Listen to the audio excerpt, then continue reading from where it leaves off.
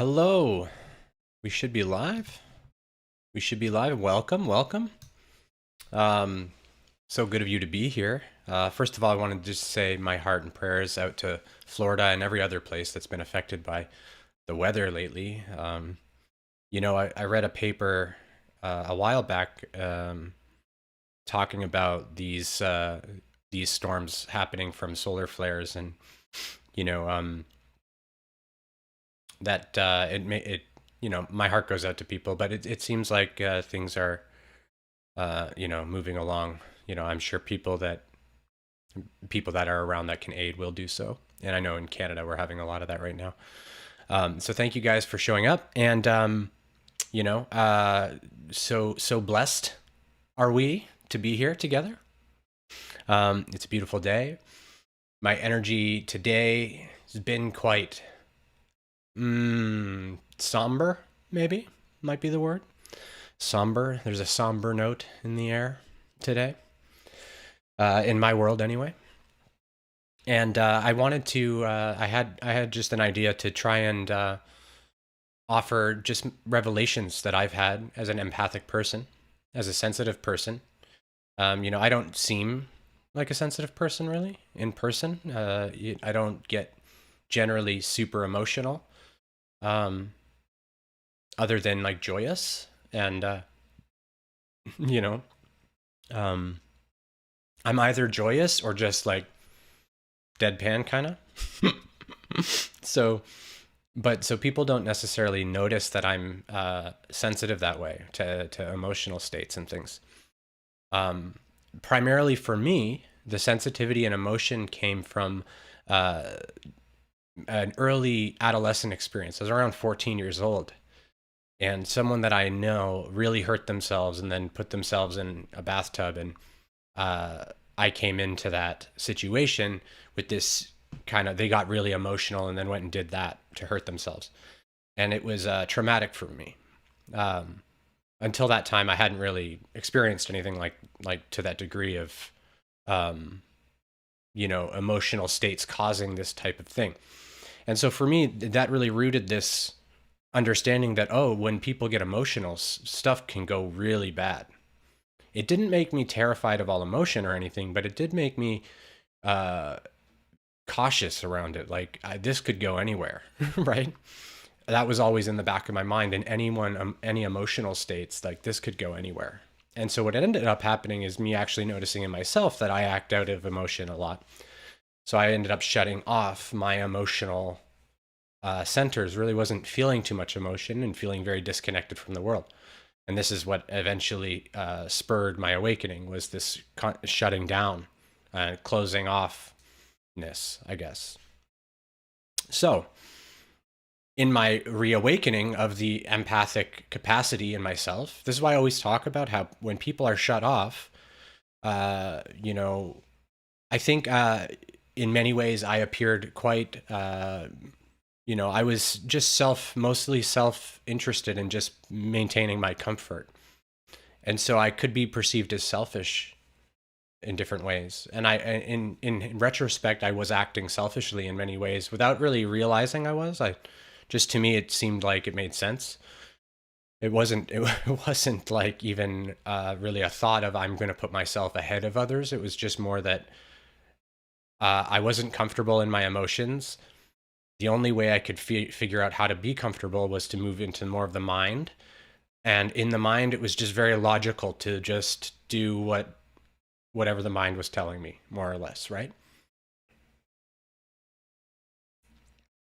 And this is actually sort of what most humans do, is we just do whatever the mind's telling us to do. And that's sort of where most of our disharmony ends up occurring in ourselves, in our life, and how we experience life. Because the mind isn't really meant to guide us to anything. It's meant to be used to analyze things, and that's about it. Instead, we use it for like forming lots of opinion and putting meaning to things that don't have meaning, um, and then trying to decide about things that we can't possibly decide about from the mind because we just don't know. And it's becoming more and more apparent to us, more and more obvious that we don't know. It's just sort of becoming sort of like the mind starting to just really be aware that it can't know, and the world itself is like chaotic. There's just chaos everywhere, right? In the politics and in everything, and even in our relationships and people all around us, everyone's just kind of, there's lots of chaos happening in lots of people's lives. Lots of upheaval, sudden loss of jobs, and sudden drastic changes in one's life. I've experienced my share of these things. When I was right before my awakening, I lost my job 3 times in a row. Like I had this good career in IT and was let go, and then I got another job and was let go, and then I got let go again, and it was, all of them were getting let go, like termination without cause, it's called. It just was obvious to me. I didn't want to be doing that work anyway, really. But I was doing it because it just seemed like the mind thought it was a good idea. But these things just fall away. They fall apart. Later, upon reflection, and this is probably the first revelation that I'll just get into. Revelation just means a truth or a fact of reality, really. Usually divinely received, divinely orchestrated. Revelation is indicative of like a miracle of understanding, of like comprehension, turning experience into wisdom and going, right? That's what these are. And these are just my own. So they're meant to be entirely, completely true, and they're not meant to really be opinion, but I will probably add opinion to them after to give more human context. But the core revelations themselves are just truths of reality, really. And some you might be familiar with, others maybe not, but either way, they're good remembrances, affirmations, or confirmations. Hopefully, some of these things have been rattling around a bit in your mind, and we're going to try and bring them up to the surface to have the, togetherness in these areas. That's one of the meanings too of when 2 or more gather, I'm with you, and why talking about our revelations with each other is really important.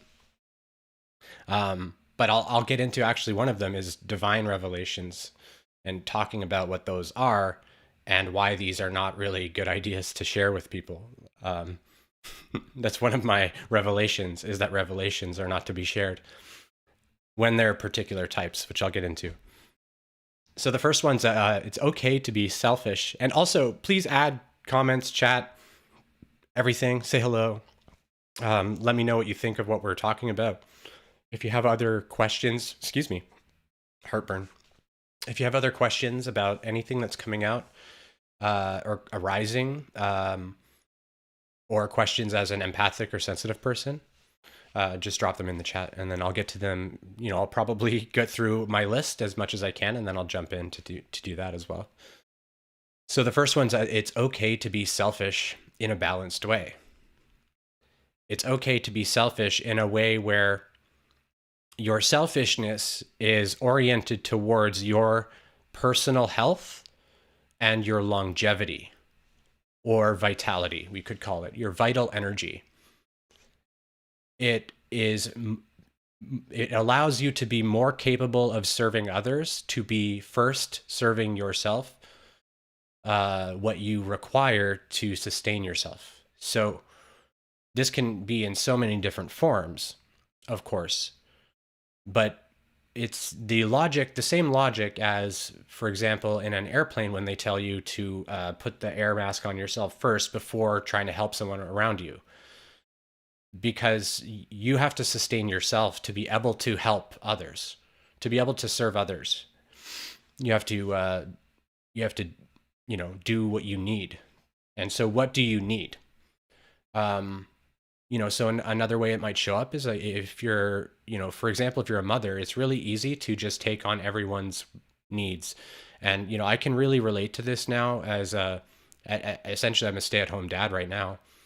And all through the summer, and, it's not as long as most moms would have this experience, and I'm not meaning to be stereotypical or anything. That just tends to be the arrangement around where I live anyway.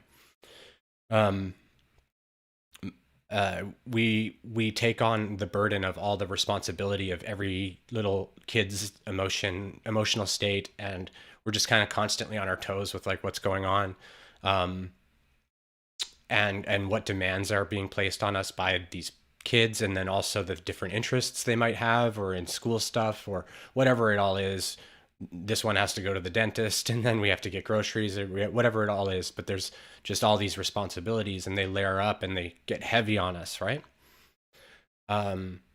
Usually we'll start to feel overwhelmed, and really what in my experience is like that's just calling me to come back to like now, to just chill out, even if I can only take 5 minutes to do that. Because we obviously have our responsibilities in our life, where most of us are typically what you could call the householder type, where I'm trying to awaken our consciousness and reach particular like settling phases of enlightenment, or something, awareness that we can handle while also still being quite here and grounded and doing what we need to do. That's where I think most of us are trying to orient to. And then some of us want to just leave the stratosphere and go into the, the allness of all of it and disappear, right? But most of us, I think, are wanting just peace. So we have to start paying more attention to our overwhelmedness, and when we're being almost neurotically anxious over who we have to serve next, and because that's all coming from like compulsion and these weird obligation ties we have. We can reorient the service to be a more like, when we feel more space within, we have more reserve, more vitality to give to everyone. So when everyone is constantly demanding our attention, we're more literally just excited to give it, because we're not inundated by this pressure of essentially the mind chatter of all the demands. The mind's sort of opinion about all of the reality right now is that there's just too much to handle. But really, if we're just in the moment, handling each thing as it comes, there's not usually that much to handle, right? We're overthinking it. So we have to sustain ourselves enough to get to enough of a presence where we don't feel so burdened by other people that way. And so I'm using the children example because that example is a challenging one. So, I don't do that perfectly, and I wouldn't say that that's our goal, is to be perfect with it. We can feel overwhelmed. That's sort of the point of this, is like overwhelm that way tends to mean we're putting on too much mental burden. If our heart is overwhelmed, then we're gonna usually just feel more sad. Like we'll feel like despair type, but mind overwhelm is more just like burdensome, right? Like there's just this burden of all this activity happening. So they're different sort of scenarios, right? But if the heart's really sad, it's usually something to do with like we're not expressing our true nature. That's essentially what makes the heart sad. When we're not expressing our true nature, or we feel that others don't receive our true nature, which is sort of a belief that the mind forms, and then it ends up getting all out of whack, because it will have evidence of it in our experience. That's why the mind forms it, right? There's evidence of this being the case. We don't feel received, and then we also, because we don't feel received by the world, we'll make up evidence. We'll make sure to see it that way, basically, because that's what the lens is saying already. The mind saying, this is this way, look at all of the past. So of course, now is this way, and the future will continue to be this way. Of course it would. Why wouldn't it be any different? So it's these patternings that we want to observe, because these patternings are what cause us to yearn or feel sad that we're not getting it. And we start to notice that as we release those thoughts, we actually don't worry about finding that outside. The acceptance of ourself comes within, and then outside is not a thing that really has influence on that. But because our attention is out there on who has influence on or who sort of receives me well, and because it's out there that way, we're going to feel somewhat at misery, because even if most people seem to accept us well, some won't, and we'll feel it then. So and then the mind, depending on how it's oriented, might just be like, see, not every person unconditionally accepts me. I'm a loser. Or whatever it does. It tells these tales, these tall tales, right? But they're just circular logics of nonsense, really. And so when we let go of those things, this idea that like it matters. I know how it feels, by the way. I know how it feels to want them to get it, right? To want to be understood and to be felt properly. I get it. I get it really well. But the truth of the matter is that there are so many people that don't really know how to do that, that it's really challenging to actually find people that do that really well and in a consistent way. And even you yourself probably don't do it consistently with other people because something bothers you. People bug us. An unconditional acceptance of another means that you literally could not be bothered by them, no matter what they do. That would be unconditional acceptance. Usually, more accurately, what happens is they do something that bothers us and then we quickly forgive it. And that's about as close as we get for quite a time. And then we get past that where they're forgiven before they act. This is the place I try to keep myself in, where the person couldn't do anything wrong. Life's living through them. And if they do something, I don't have to like it, but I don't have to pretend that I enjoy it or something. That would be silly. But I try to forgive it before, like I try not to even presume I know anything about what they're going to even do. I just don't worry about it. Once it's in their consciousness to be doing whatever they're doing, then they're doing that. People will do what they do. It's not really my, thing to get all involved in that. And to put any stress on myself even. So it actually frees me to be that forgiving. And that's why Jesus always said, seek first the kingdom, and the kingdom is through forgiveness. Once we're not worried about forgiving, like once people can't really do us wrongly, they can take our life and still not do us wrongly. And this is, a challenging perspective to hold. I'm not advocating for it necessarily. Well, I am. I just said, that's the way to the kingdom. That's the way. Jesus told us. And, there are other ways, but it all circles back to forgiveness. It all does. Because without the forgiveness of any of the atrocities or shadow stuff we see, fear, whatever it is, without forgiveness, we can't get past it. Because basically whatever we're not forgiving, we're keeping. We're saying, no, I'm not ready to let go of this atrocity, this sorrow, this pain, this fear, whatever it is. Yeah, so I just rambled for a while. That's what tends to happen. Number 2 is my value is not in what I do. My value is not in what I do. So my value, your value, is in you just being. Like your existence itself is your value. Your value is infinitely indescribable. You're literally just an extension of everything, right? So your value is infinite, literally.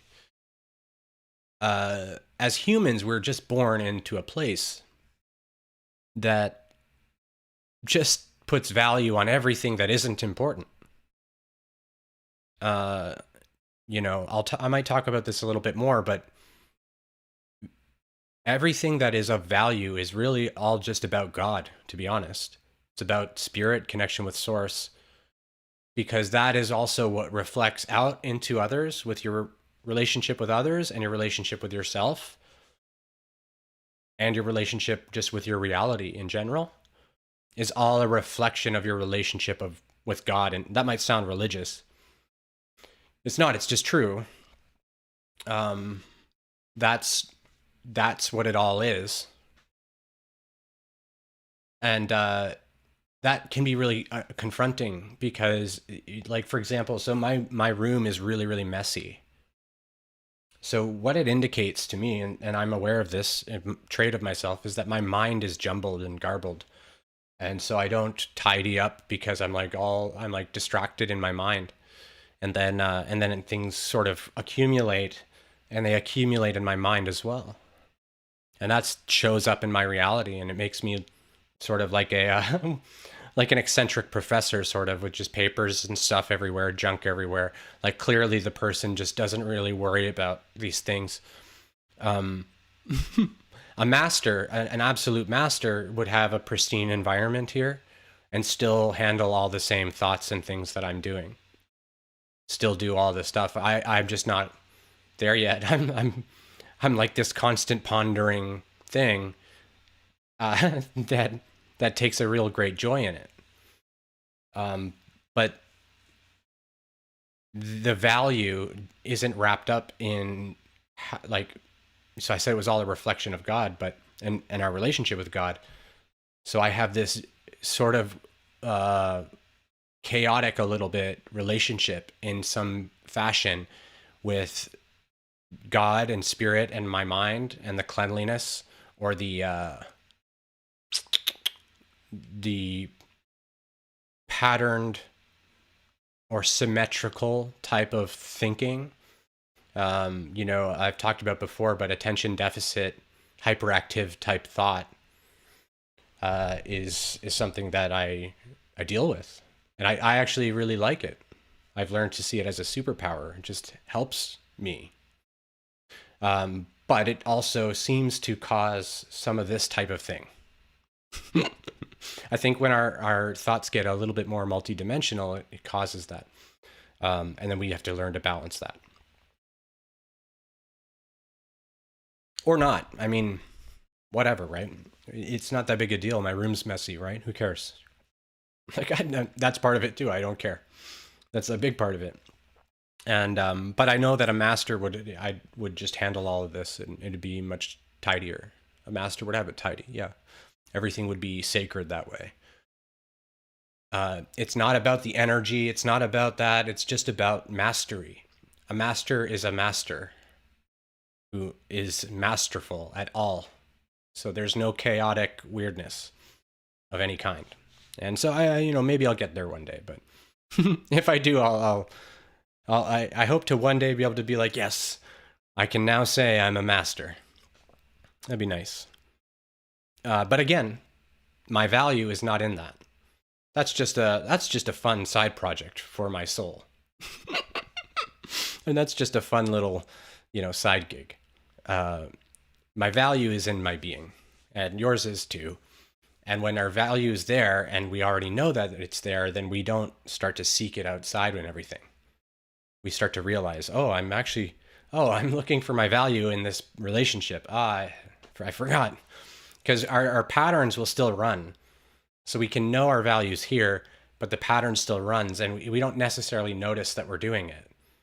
And so most of our development is just about noticing our patterns and our compulsions, and just analyzing them a little bit closer. Just, why did I do that again? Why did I get all into that? Because like something felt a bit blah about it, right? Just that type of thing. Like, why did I, this person for like the 12th time in a month has told me that they want to talk on the phone and they're very sad. And, every time it's sort of the same conversation. And, I care about how they feel, but they're not really hearing any advice, right?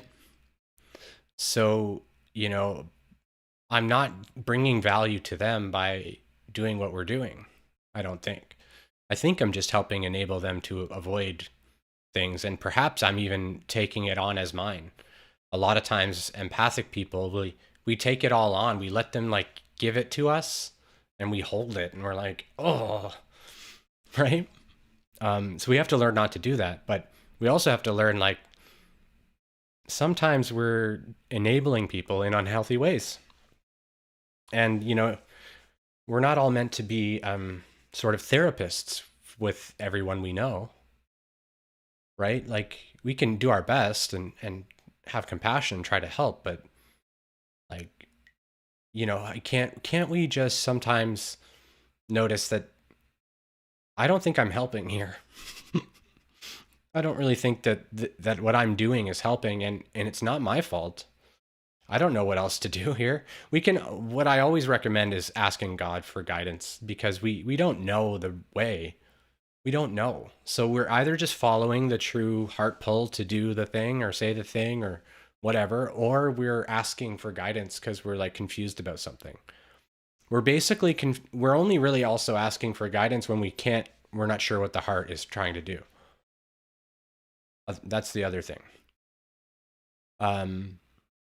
If we're sure what the heart's doing, then we don't usually question it that much, because it just feels very, very good to go do that. But if we're questioning what the heart wants to do, that's when the ego's doubting a bunch of stuff. And then we ask God, and God will just remind us what the heart is intending, basically, usually. Or we might get an extra divine revelation or inspiration to do something interesting because we went beyond our heart and went to God. So that's an opportunity as well that exists. Like, whenever we go to God, we open up ourselves to receive something that's much bigger than what we had initially intended, because we're not even working from that soul level. We're still the little soul, right? The little soul is still it's not sure, right? It knows a lot more, but it's still not sure of itself. So moving out of that awareness and into I couldn't know, the soul doesn't actually know, but bringing in the awareness that God will show me the way. That's part of it. Is like, when it's really effective, like in my case, it's felt like that's how I'm supposed to almost act all the time. Like, I'm almost always supposed to pray before I even speak. Like, that's my thing, because I think we get to a place where doing anything other than that just doesn't make much sense anymore. And we forget even really what it was like over time. For me, though, because I'm having to do the daddy stuff a lot, it's like I have to put the Sean personality on a lot, run around in the world and do a lot of different things with Sean. So I don't slip away in that way. I stay sort of in this space of still being invested in the identity in certain ways, because it feels necessary. But even those I've noticed, as I relinquish some of those attachments in certain ways, I'm actually being a better father, because I'm not, like, for example, my kids might be playing, and a past me might be worried about them getting hurt and like tell them to stop doing something, when in actuality that was just paranoia. Those things don't occur really as much anymore. I'm more trusting that they're fine, and that even if they are to be hurt a little bit, then that's fine too. Like, they're playing, and that's part of their learning and growth, is to experience things that they don't like, that I don't really want them to experience. Like, if I'm in the Sean self, Sean doesn't want his children hurt ever, right? But the children want to be hurt a little bit here and there. They do want to experience that. Otherwise, they're not going to be ready for the world, right? At all. So for us to shelter them too much is a problem, right? So I'm noticing that there's a balance there. When it's dangerous, it's dangerous. I'm not condemning that. I'm just saying that I'm noticing that my ability to parent gets better the less attached I am to the children in the old way, in the human way. Now I'm seeing that I'm just a soul with these other beautiful souls. And I have more awareness in the physical illusion than they do. So I can guide them. That's it. My responsibility about it all sort of ends there, which includes like feeding them and getting all their stuff, doing all the normal things. Like you wouldn't notice a difference really, other than you might notice if you were to watch me that I play with them more than like some parents do, or I'm more involved in what they're doing and asking them questions and like make believing with them and having fun with them like that. And that's not to like toot my horn. I was not like that before.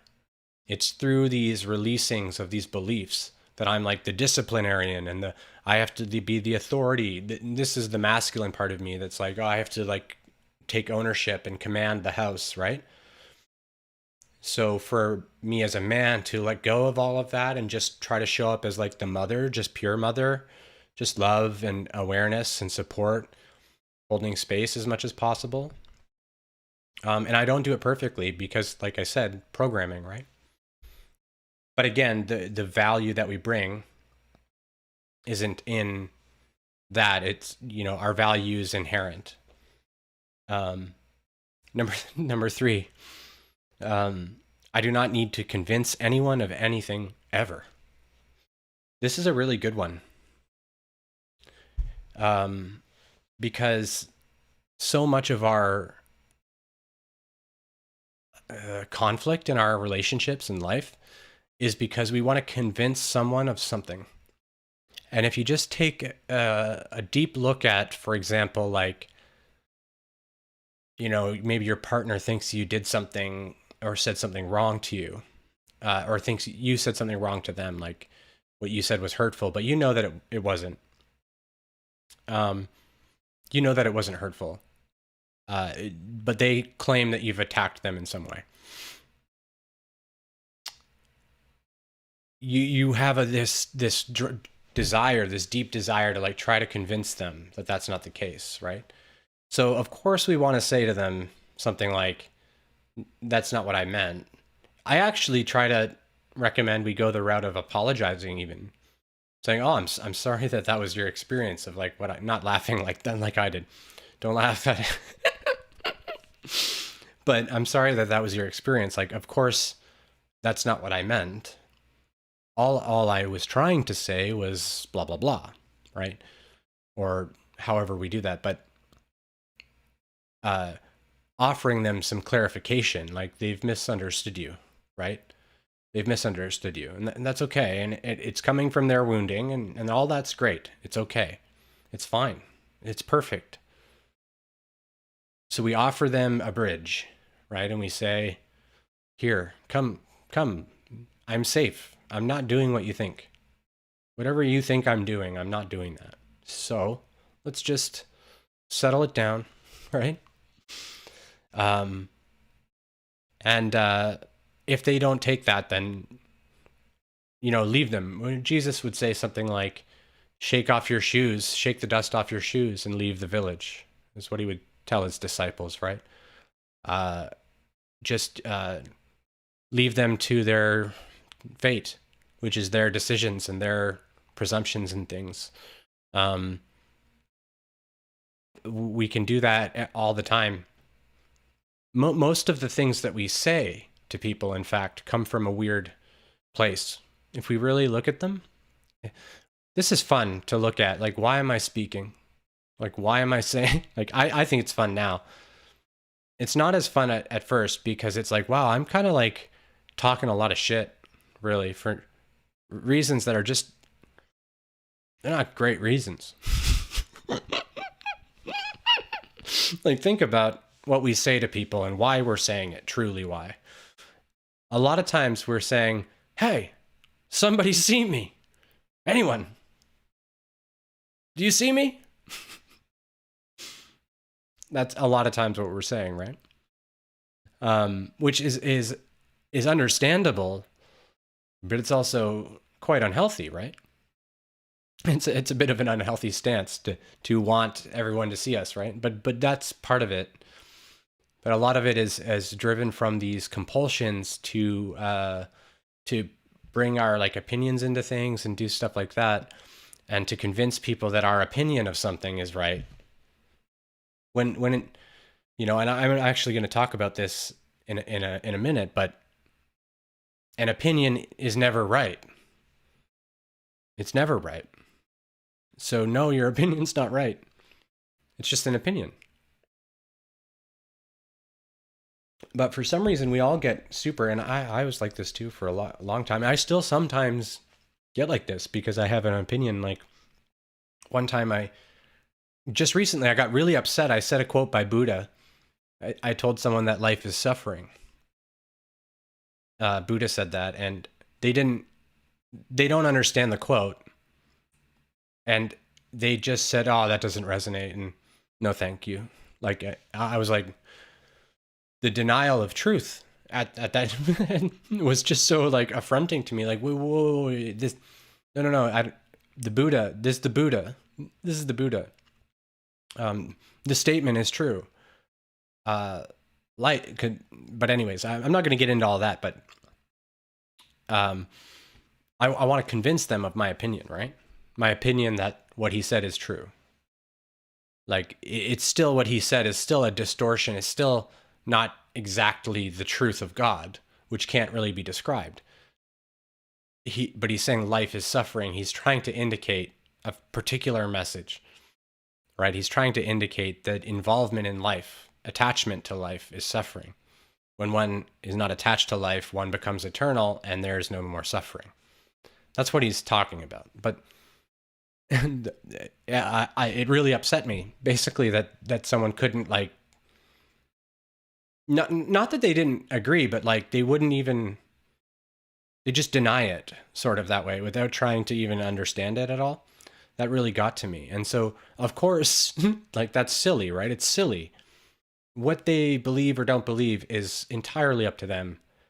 And for me to even, I don't think I got too unruly about it. I think I just said something like, I don't even know what to say to that because you're denying Buddha. Like, I just don't even know what to say about it. I don't know how to respond. That's how I was. I didn't know how to respond to it at all. To this like straight up denial of this really deep truth. But it, again, comes from compulsion for me. Like, oh, I want to enlighten. I want to bring the truth. And I just said truth that another person said, and it's being denied. Oh, it's my job to fix it. Or, whoa, just holding people to standards that are like non-existent. It's just all silly, right? Very silly. So, and I see that in myself. I see it all the time. I see really silly things said by humans, and then I'm like, oh, I'm judging the humans again. Oh my gosh. Right? So we don't want to like beat ourselves up about it. But we just want to notice that, like, when we're trying to convince people of stuff, like, what's that about? It's probably not a super healthy thing. Because people are meant to make their own decisions also and follow what they believe in their heart and stuff, like, so trying to convince them to change their mind, where's that coming from? We can make a lot of excuses, but it's usually just coming from trying to convince ourselves of something, or like feeling attached to whether or not other people are on board, which just sort of causes us to have suffering, which is why it's unhealthy. It's not that it's wrong of us. It's natural of us. It's just, it causes us to have problems, pains with it, discomfort. So the goal is peace. So, it's not about shame or about guilting ourselves at all. Number 4 is confidence comes from centeredness in self. When we're centered in ourself and what we feel the most and what we feel most in alignment with, we're at our most confident. It doesn't mean that we're right necessarily, but it does mean that will come across authoritative and assertive and almost just unquestionable. And we won't usually receive a lot of, backlash about it, as long as we're in a vibrational harmony with the truth. If we're in some other weird thing, the society itself, the collective mind, is going to go, no, no, no, no, no, we're not going to have that. Or it'll just cause duality and polarity and conflict. And that will manifest into your experience as the person who's bringing that type of frequency. Even though you're confident in it, the earth itself is going to basically allow those vessels of, confident polarity are going to create rifts in communities, which then, end up fighting each other. And so it's not harmonious. That's why on like a channel like this, you don't tend to see too much arguing and stuff, because it's just there's not, unless you're judging people, there's nothing to judge about you, really. Nothing of any importance, nothing of any real consequence. Like, people will occasionally say ridiculous stuff to me, but it's like not of any real meaning to me. And, it doesn't even happen that often. It's actually somewhat rare. It's really interesting, actually, as a content creator, how small the percentage of like backlash is, but how great the mind attaches to the backlash instead of positive things. Like, most of the stuff that I receive from commenters, and it's very positive. So I thank you very much for that, for all you beautiful people. But the mind would want to say the other thing. The mind would want to say that, oh no, so many people are so mean to me, right? When it's really not that many. So number 5, opinions are often interesting to discuss, but in truth, their value is meaningless. So I talked about this a little bit, but our opinions are just part of illusion, really, an illusion of the mind. They're also, we can consider like morality itself and ethics to be sort of like social opinion, which doesn't mean that like we don't adhere to it. Like, generally, we want to abide by the law, right? We want to follow the collective in those ways, generally, unless those things really go against our core values. Then, of course, I'm not suggesting. Nothing I say is meant to be decisive that way. But an opinion in itself has no inherent beingness in it. It's just a personality's thought, giving their characteristics to what they're observing, right? They're just painting their illustration of the picture that they're seeing. And everyone's is different, even when if our opinion matches verbatim, word for word, let's say, in spoken word, our actual experience of that opinion is not the same. It's unique. So even our same opinions are different, if that makes sense. The imprinting that we're experiencing in our consciousness and our awareness is varied, always entirely unique. So even when we think we're having the same opinion, we're not. And it's veiled to us because of language primarily, and also our inability to read each other's thoughts purely. But that'll open up so much more. It's going to open up more and more and more, which is why these types of understandings are so much more important, because as empathic people, as the vibration of the earth raises, also what raises is our vibration in harmony and sympathetic resonance with the earth. We raise up in vibration too. Our awareness gets more sensitive. If we are not perceiving duality properly, we're going to be in a mess of emotion and a mess of sorrow, probably in some way, or anger or frustration. We'll be in hell, basically, while we don't orient to peace. And peace comes from within us, not from like finding something that brings us peace. And so the next one is divine revelations. This is what I was talking about a little bit earlier. Divine revelations and synchronicities are for me and me alone. I don't mean all synchronicities. I'm talking about divine moments, like really, really deep divine understandings are like, and I've noticed this. So like when people tell me theirs, like I don't totally get what they're saying usually. Like I try to follow along, but I don't totally get it. Luckily for me, I'm pretty sensitive. I can pick up some like visualizations and like I can feel some of like imprints of what they're saying, but I'm not getting it exactly. And I realized that when we're trying to share our most like divinely inspired revelations, they're actually meant for us to not be able to share them. They're not really meant to be shared unless we're sharing them in a way where, something like what I'm doing here, where we're taking the revelations and trying to distill it into a context that humans grasp. Like we're taking time to mold that into like a clay that people can drink from, right? A proper cup. The revelation itself, or the lightning flash or the tower moment of the crumbling of the ego that the revelation inspires, can't properly be described. And a lot of mine come with visitations of entities and weird things going on. And if I get all into that, it takes away the focus as well of like what the core of it all is, which is not the experience itself. It's not the weird thing that happened. It's not the crazy synchronicities that led you to it. It's the understanding that arose from it. That's where the value is, right? And you can't give that value to another person, which is what we're generally trying to do. We're trying to get them to have the same realizations.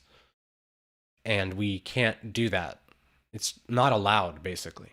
I don't want to say it's not allowed. It can't work like that. They have to, you can't, in other words, you can't learn on behalf of another soul. You can't learn on their behalf and then say, hey, I learned it all, here you go. When we're teaching each other in human terms, I'm not actually teaching you anything. You're just learning by yourself, right? If what I'm saying makes sense and we're jiving with it and we're like absorbing it and feeling like, yeah, it's you reminding yourself of something, teaching yourself something, right? And so you teach yourself, and the stuff that I say that doesn't make any sense to you or doesn't resonate or just feels off or whatever isn't absorbed as true at that time. I would say that I'm generally speaking in a fairly pure truth frequency, but also I can't do that entirely, because I just said I can't do that entirely is not a true statement, right? So I have to pretend to be Sean, and doing so requires a layer of falsity. And then also to construct things in a narrative that human beings can comprehend in language, there's this type of distortion that has to happen in the English language, and less in other languages like Sanskrit or even Hebrew,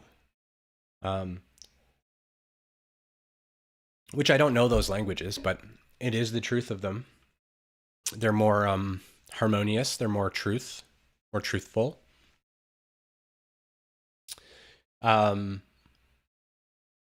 Just basically people aren't going to get it, and then we feel disappointed and not understood. And that's why I'm saying that is the revelations themselves are meant for us. We actually don't want to push people into revelations that they're not ready for, because it will be too traumatic for them. The only reason that they're not yet popping open to that is because their soul is not ready for it. It's because they're not ready. Generally, like if what is being shared with them is a true revelation, that is of a God purity, which would mean just that it's truth of divine oneness. It's somehow in relation to the truth of what we are here as souls or as beings. It's very true. It's the Christ somehow, or fifth density consciousness, cosmic consciousness, emerging in the statement. That makes it true. The rest of what we talk about here is pretty much opinion. So it's either true or it's an opinion. An opinion is never true. It's just an opinion. And an opinion can't really be wrong either. Like it's just a thought about a thing, right? But these revelations, though, if we try to bring them to other people and they're not ready, they're not going to get it, then we feel a bit blah.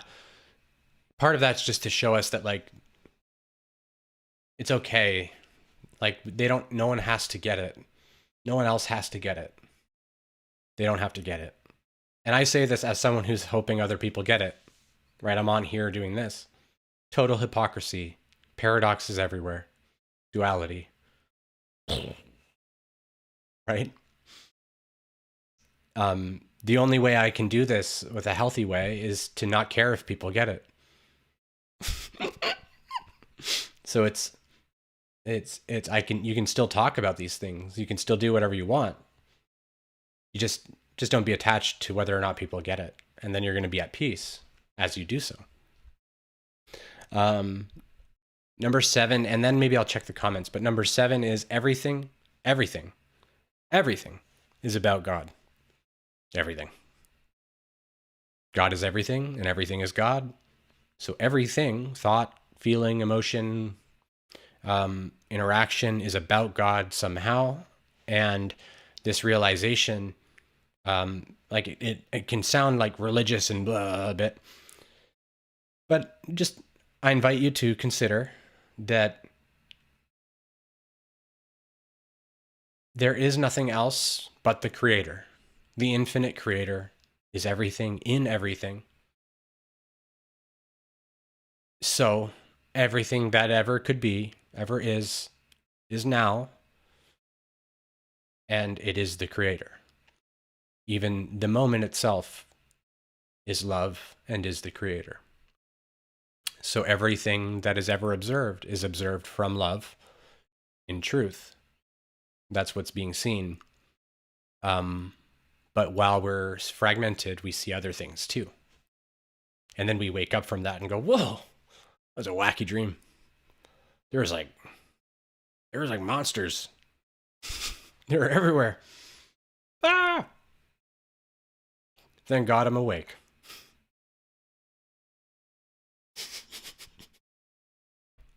That's sort of the feeling. And Alan Watts describes it really well in one of his lectures he gave somewhere. I don't know. Cosmic consciousness hits us and awakens us. And some people call this Christ consciousness. I do. I like that term for it. I think it's correct. I think that Christ was showing us the way, and he is the way. He was the way. He was embodying the way. And religions distorted all of that. But there are other ways, apparent other ways, but it all boils down to what Christ showed and embodied, or what Jesus embodied. That's the way. But what Alan said was that I lost track now. What Alan said. Dang it. That guy said a lot of good stuff. Lots of good stuff came through his instrument, we might say. Lots of beautiful things. Number 8. I want to do this one. Then I'll check questions. I don't even know if there are any questions. I don't even know if anyone's watching. God / the universe is supporting everyone. You don't need to worry about them. This was a huge one for me. Huge. Like, just for a moment, just what if I didn't have to worry about any other people. Whoa. Like, isn't that massive? What if it's true that God in the universe, just as it's supporting me, is supporting everyone? That feels true, right? Why would it support me and not others? What could possibly be the issue then with anything?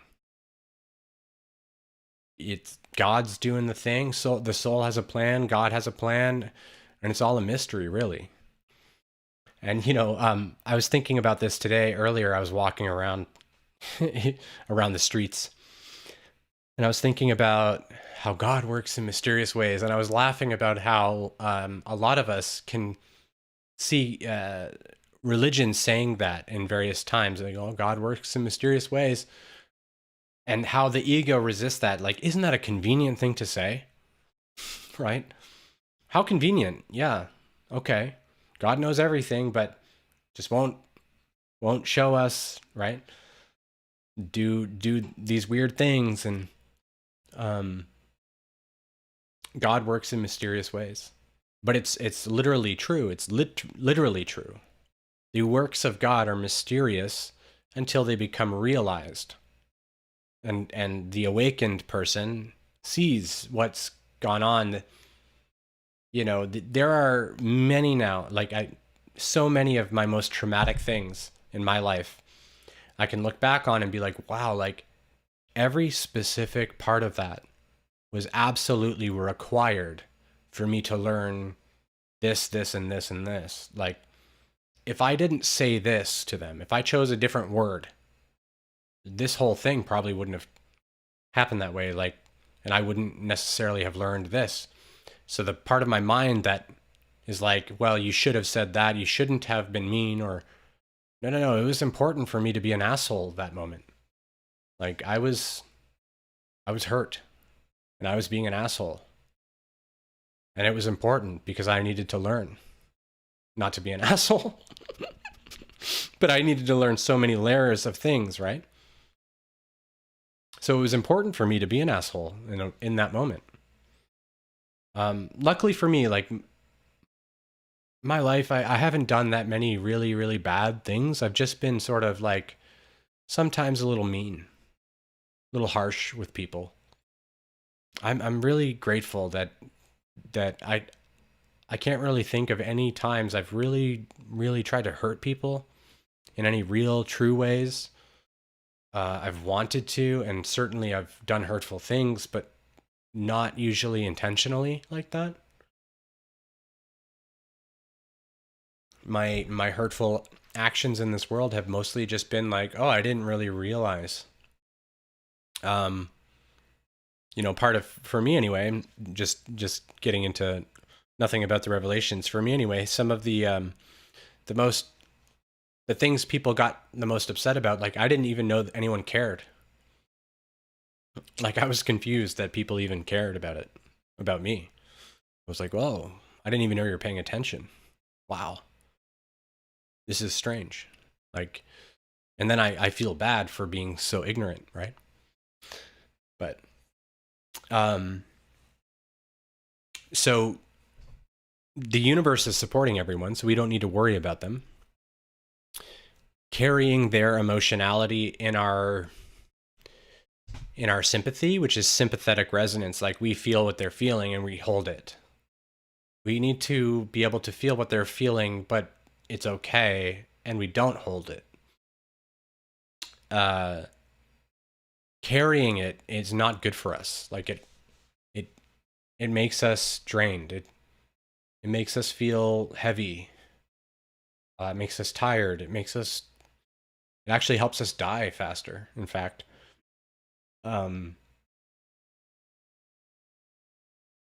Luckily, all we really have to do is tune into our source and center, and we can actually start to reverse aging.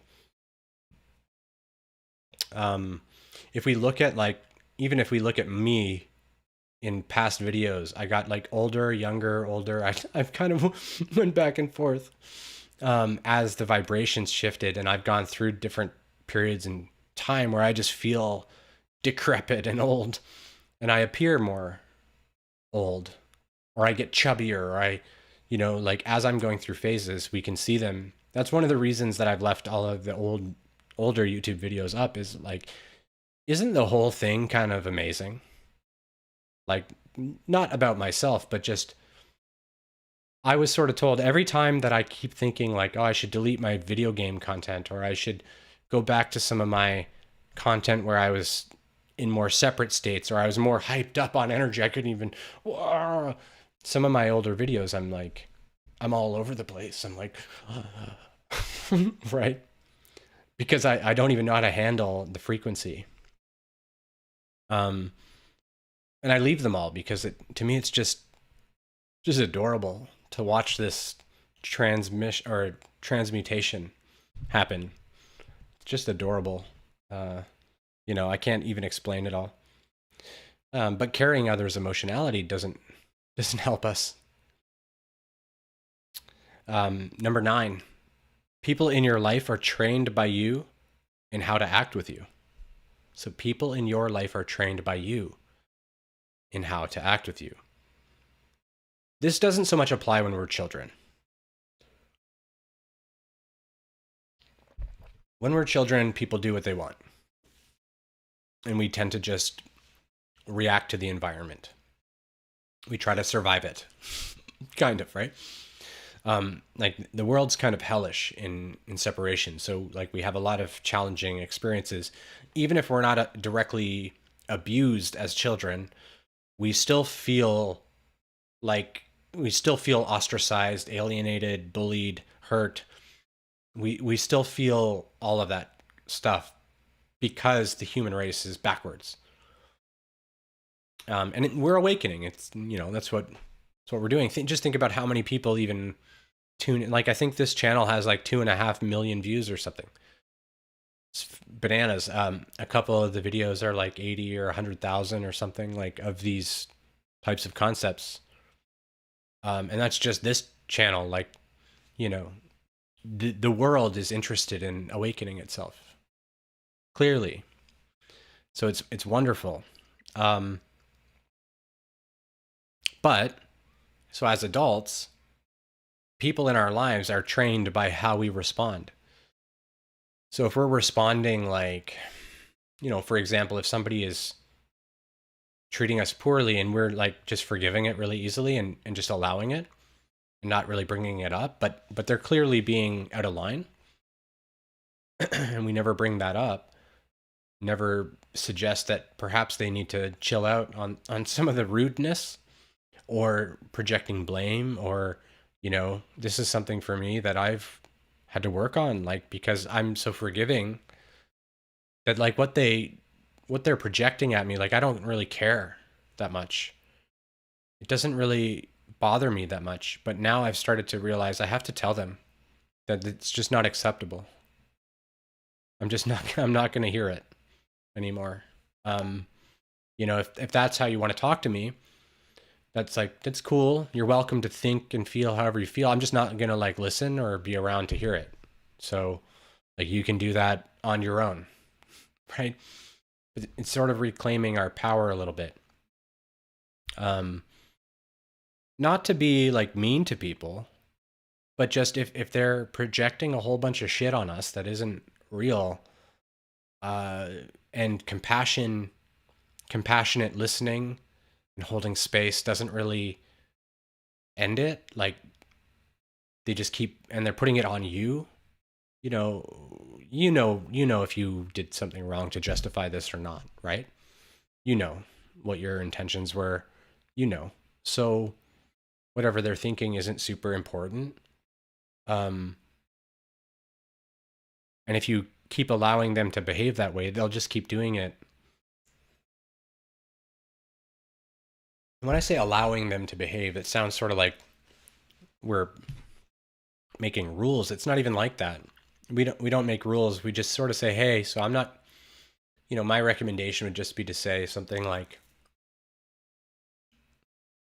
we seem to keep having this pattern of communication with us where you're seeming to put responsibility for your emotional state on me. And I'm not participating in those things anymore. I'm just like not doing it. So, and don't laugh at them. I can't help but giggle all the time, so I apologize. But just let them know, I'm not doing that anymore. That's not a thing for me. So, I'm sorry that you see me that way, though. Bridging is important. But if it's a pattern thing, like I said, if it's a pattern over and over again, then they need to be told that they need to stop that, because it's crazy. It's insane. It is. So their feelings are very valid, right? Their feelings, compassion for their feelings, but not really compassion for their opinion and their mind's judgment. Not really compassion for that. That's just nonsense. And it's okay. I've thought lots of nonsense. I get it. There's nothing to be upset about, in fact, because it's nonsense. All of the mind stuff that way is of the same degree of nonsense, right?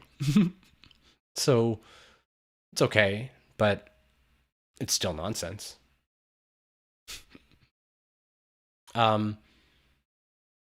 Number 11. Actually, I skipped 10. But I talked about that the other day. So I'm going to talk about 11. Isolation is very important and often confused with punishment. Usually we think that people don't want to be around us and things like that. It's not quite that simple. It's more that as we come more into our presence, like, people don't know how to engage with us, and we're a little intimidating. We make people a little bit uncomfortable the more present we are with ourselves. And the more we're not engaged in their weird reality of conflict and duality, the less comfortable it is for them to talk to us, even, or to just be around us, even, because we're not swayed by things like, and they're not. Jesus said it really well. He said a prophet isn't known in his own home or town. I think he said town, but what he's referring to is that, like, the people around us that you'd think would see the growth, they don't see it the way we see it. They don't get it. Like, they don't really see it yet. They may one day, and they may see parts of it, but they don't understand really, and it's okay. But we tend to feel isolated, and like, so for me, I mean, if you look back at the channel, I was in a relationship with Dr. Tassel, and we did like 90 episodes of Stream of Truth, and we were talking about relationships, and we were partners and all these things. And, all of that just died away and disappeared from my life very sort of unexpectedly for me. I don't want to say unexpectedly, but it was challenging, I guess. It was, it was isolating.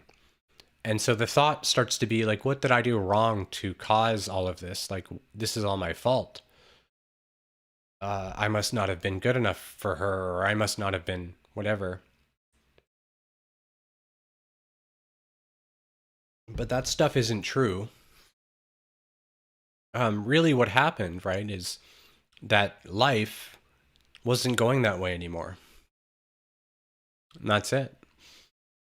I had a lot of opinion about that. A lot of opinion that I was sure was correct. Like, I made mistakes and she made mistakes and everyone made mistakes. And I don't want to talk too much about the relationship. The relationship was amazing. We're still great friends. So I don't want it to sound like I'm disparaging her at all. She's absolutely amazing in every way. So, but there was this just sudden disconnect of that part of my life where just suddenly I'm isolated. She was really the only person I talked to in an intimate way. And that's not there anymore.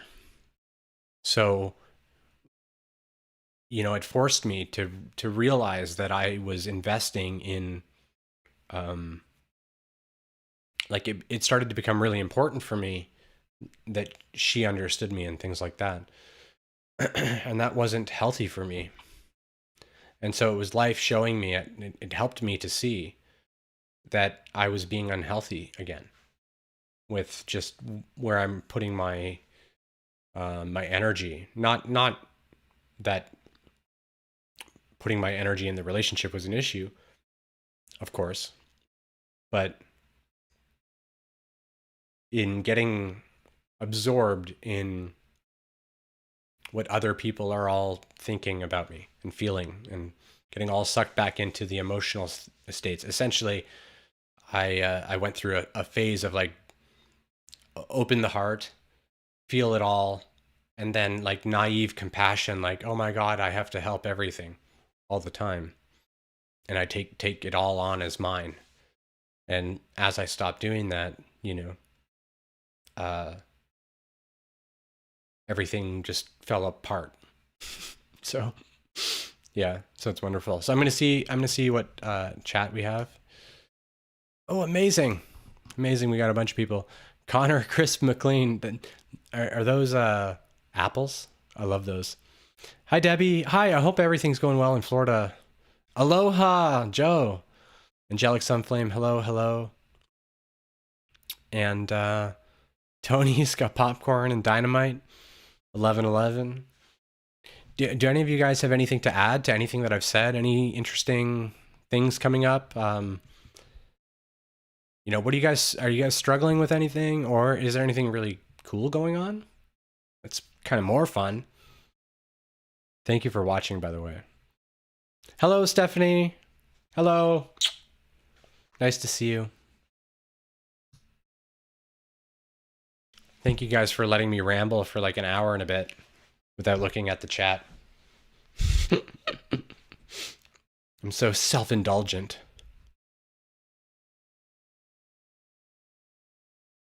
It's so funny. It's actually interesting. Before I go live, I always wonder, am I being self-indulgent? Am I being like self-obsessed by talking on the internet about my thoughts and my feelings? No. Not unless I am.